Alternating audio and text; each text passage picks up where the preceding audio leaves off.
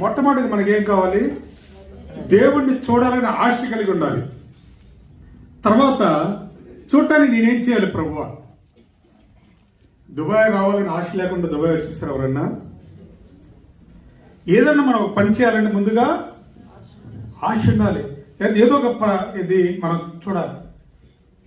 కానీ దాన్ని చేరుకోవటానికి మనవంతుగా మనం ఏం చేయాలి?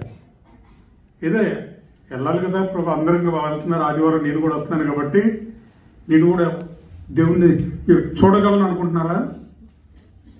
దేవుడు మాత్రం అందరినీ సమానంగా ప్రేమించండి. ఒకరిలాగా ఇంకొకరిలా కాదు, కానీ ఆయన చిత్త ప్రకారంగా నడవాలి. ఏదో వచ్చేసి వెళ్ళిపోవడం కాదు. లేదు నేను ప్రతి ఆదివారం వస్తున్నాను కదా పాస్టర్ గారు అలా అంటారండి, నేను క్రమం తప్పకుండా నేను తప్పకుండా దేవుడిని చూస్తానంటే చూడగలరా? నాకైతే డౌట్ అండి, ఎంతమంది చూస్తారా ఎంతమంది చూడరు.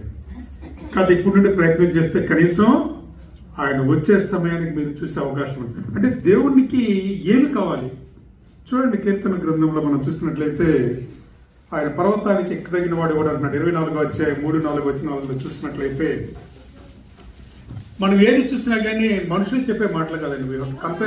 పర్వతంలోకి ఎక్కదగిన వాడు ఎవడు? ఆయన పరిశుద్ధ స్థలంలో నిలవదగిన వాడు ఎవడు?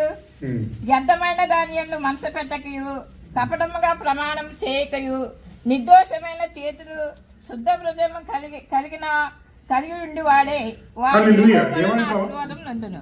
ఏమంటున్నాడండి?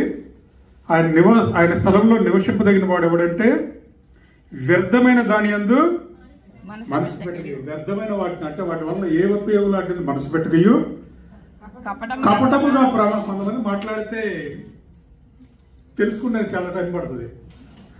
ప్రేమతో మాట్లాడే ఆ కపటంగా మాట్లాడే ప్రమాణాలు చేయవద్దండి, అది చేయకూడదు. ఇంకా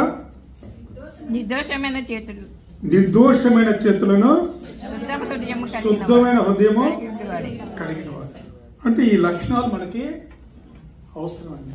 అంటే మనందరికీ దేవునికి ఇష్టమైన బిడ్డలుగా ఉండే దేవుడు మనకి పాత నిబంధన కాలంలో 10 ఆజ్ఞలు మనకి ఇచ్చినారు.